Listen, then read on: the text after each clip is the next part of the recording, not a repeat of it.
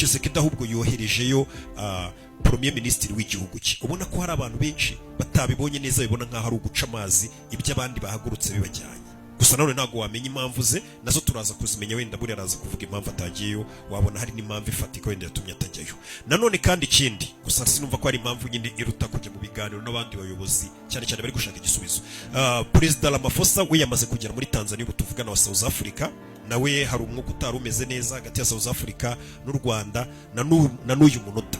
South Africa, ubwo perezida wa South Africa nawe yamaze kugera Tanzania, araza kuhahurira na perezida w'u Rwanda, ndetse siwe gusa, perezida wa Uganda nawe tayari yamaze kuhagera, wa Tanzania ariyo, ndetse turaza kugenda tubereka ibyinshi byagiye biganirwa muri iyo nama. Mu gihe nanone iyi nama iri kuba muri Tanzania, ubu tuvugana iri kuba mu minota mike cyane, biri kwiberamo byose uraza kubibona hano. Gusa iyi nama iri kuba n'ubundi abenshi bari gutekereza ati ese ibiri byigirwe muri iyi nama biraza kuba ari imyanzuro yenda ishobora kuvamo, abantu bakavuga ati dufata imyanzuro yo kuba twasaba M23 ive kuri buriya butaka bwa yafashe bwa Kongo, harakira gice cyose yafashe n'ahandi iri kugereza gufata, by'umwihariko umujyi wa Goma, no kubwira M23 ikarekura. Niko abantu batekerezaga.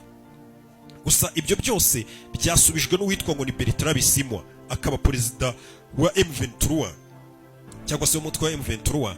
We yivugiye ngo imyanzuro yose yakwigirwa muri iriya nama cyangwa n'indi nama yari yose idusaba kuva ku butaka twafashe cyangwa se hano hose twafashwe, iyo myanzuro ntabwo turi buyemere, ntabwo dukeneye no kuyumva. Bivuze ngo M23 nta gahunda ifite yo kurekura aho yafashe, biga ibindi bintu byose byagarura amahoro iki n'iki, ariko iravuga ko itari burekure aho yafashe. Ngira ngo nta nubwo ari ibintu byari ngombwa ko birirwa batubwira, kuko natwe ubwacu tuba tubibona. Iyo abantu batangiye gutora abayobozi bakabashyiraho ku munsi w'ejo, abayobozi bari bashyizweho na M23 bararahiye, ubwo ni guverineri wa Kivu y'Amajyaruguru n'abandi bamwungirije n'ababurugumesitiri n'abandi bose, ukabona wabonye ko bari no guhamagarira abantu ngo bajye mu gipolisi, ni M23. Urumva ko nta gahunda yo kurekura ihari bafite. Bavuze ati mu byemezo byose biga, icyo kuba bavuga ngo dukuraho turi ntago gishoboka, kuko M23 yo mu magambo yayo nk'uko uyu muyobozi wayo yakomeje avuga ngo leta ya Kongo